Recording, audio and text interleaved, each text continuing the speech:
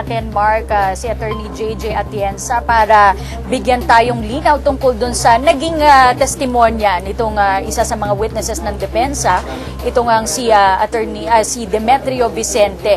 Ano sa tingin mo, Attorney JJ, yung naging purpose ng pag-testify ni Vicente dito sa impeachment trial? Matatanda natin, Cathy, no, na isa sa mga alegasyon dito ay may mga properties daw si Chief Justice Corona na hindi nakadeklara sa SALN. At malaking property ito sa Marikina. Isa sa mga properties na napangalanan, itong ang almost 3,000 square meters sa Marikina. Ngunit prinesenta nila ito ngayon si Mr. Vicente para pasinungalingan ng alegasyong ito at para patunayan na iba na ang may-ari ng mga properties na ito. Attorney JJ, normal ba napakinggan natin na yung meron silang paliwanag kung bakit hindi nalipat, ano? Pero pakisagot po yan, makaraan po natin panoorin itong press conference na nagaganap. At nag-accumulate. Opo, hindi lang interest kundi surcharges. May mga penalties po ito. Kaya nung tinanong po siya, makikita nyo, nung tinanong si Mr. Vicente, sabi ni Mr. Vicente, 200,000 na po ngayon. So, yan ang patunay na nag-accumulate po.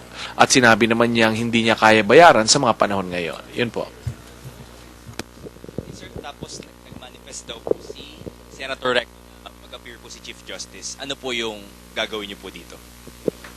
Yung manifestation ni Senator Judge Recto, no, ito yung isang bagay that we will take into consideration, of course. Pero ang magiging pangunahing consideration pa rin dito ay yung pag-aaral ng defense team kung saan kakailanganin talaga yung testimonya ni Chief Justice Corona.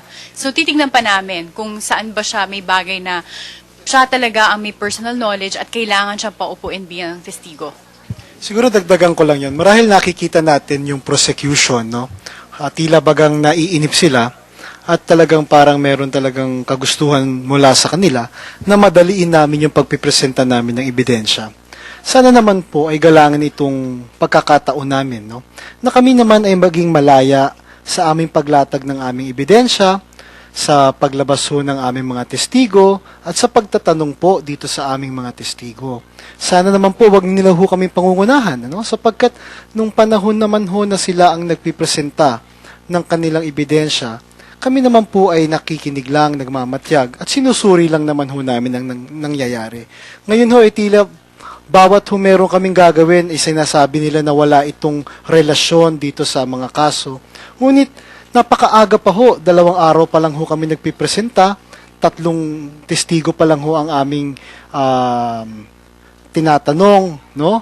So sana naman ho bigyang laya kami ng prosecution sapagkat ito ho ay pagkakataon na namin na makausap at maparinig sa senator judges ang aming mga ebidensya at ang testimonya ng aming mga testigo. Ito na rin po ang pagkakataon namin na madama rin po ng taong bayan kung ano ho yung mga ebidensya na magpapatunay na talagang ang mga bintang labang kay Chief Justice ay wala hong sustansya at walang basihan. Yan po ang paliwanag ng ng defense panel doon sa naganap sa araw na ito. We left Attorney JJ a question siguro briefly. Attorney JJ, ano bang may problema ba yon na hindi nailipat na napakatagal na panahon? Hanggang ngayon hindi pa nailipat at medyo malakas pa rin pa ba yung testigo na yon considering those facts revealed? Actually, nakapagtataka, no, na sa napakalaking property na ito at for 20 years hindi mo nakita yung kamag-anak mo, dapat ay inilipat mo na sa pangalan mo ang titulo, no? Dahil tayong mga tao, no, normal sa atin na maging sigurista, lalo na kung naglabas tayo ng pera para dito. Pero at the same time, we should also look at the Filipino culture na porke kamag-anak kahit siguro 7th degree na, ang tingin natin ay very close relative pa rin at pinagkakatiwalaan. Kaya nga dito sa bansa, napakarami ng reklamo na niloko ng kamag-anak, ganyan ano.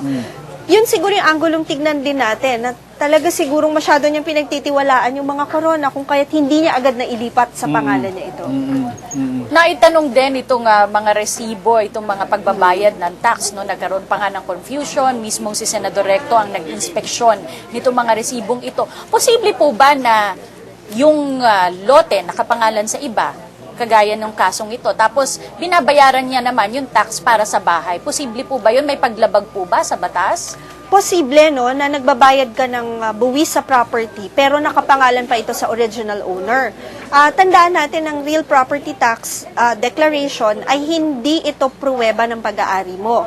So kahit nasa pangalan ito ng mga Corona, kung ang taong may hawak na deed of absolute sale ay nagbabayad naman ng buwis, so far, wala namang problema, no? Nagkakaproblema dyan kapag ka nagkaroon ng isa pang lipatan ng pag-aari.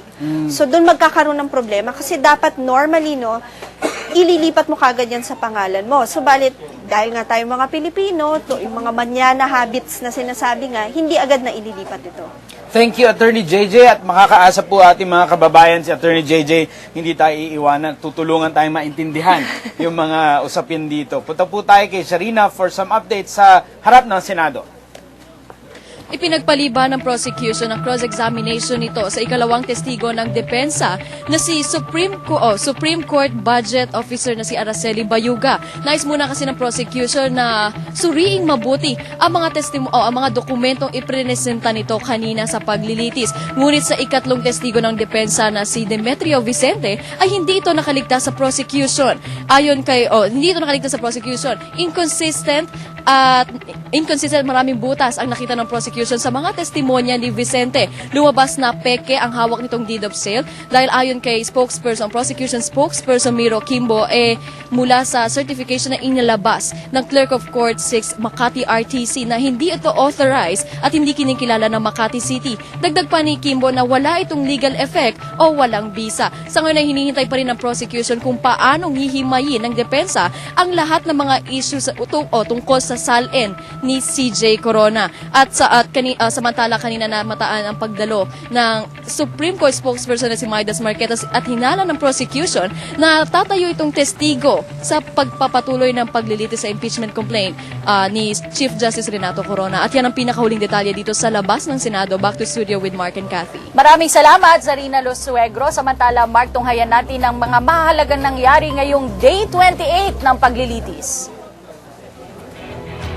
Defense evidence pa rin po at syempre yung patuloy po yung kanilang pagpapakilala ng ating kanilang mga testigo. Dalawa ang naipresenta sa araw na ito.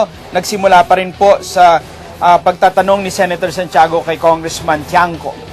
Samantala, ipinresenta na rin ang isa sa mga bagong witness ngayong araw. Ito ay si Araceli Bayuga, ang Chief Judicial Staff Officer of the Cash and Collection and Distribution Division ng Supreme Court. Tumistigo siya tungkol dun sa income ni Chief Justice.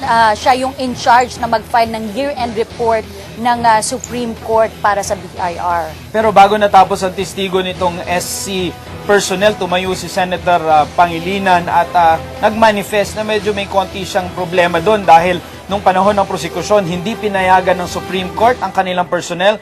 Pero nitong panahon ng depensa ay pinayagan nila. Mukhang ang Supreme Court daw ang nagdesisyon when they will honor the subpoena of this impeachment court.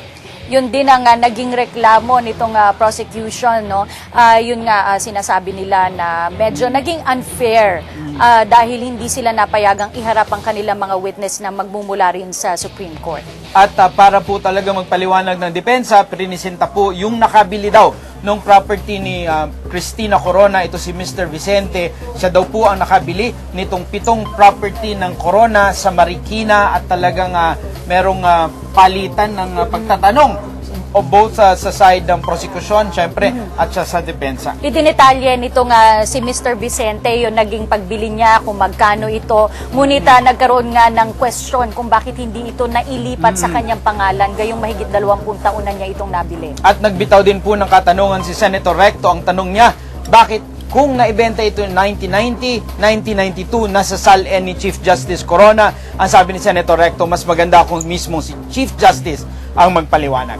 Samantala, bukas po ay magpapatuloy pa rin ang pagpipresenta ng mga ebidensya ng depensa, kaya aantabayanan po natin yan. Bukas po ay magpapatuloy itong pagdinig 2:00 ng hapon dito sa Senado. Tumutok po pa rin tayo dahil dito po natin mabubuo ang kwento sa pagpipresenta ng depensa ni Chief Justice para po tayo ay makapagbigay ng sarili nating opinyon na base po talaga sa facts or base po talaga sa totoong nangyari. Ako po si Mark Castron. At ako naman po si Cathy San Gabriel. Maraming salamat at mabuhay Pilipinas.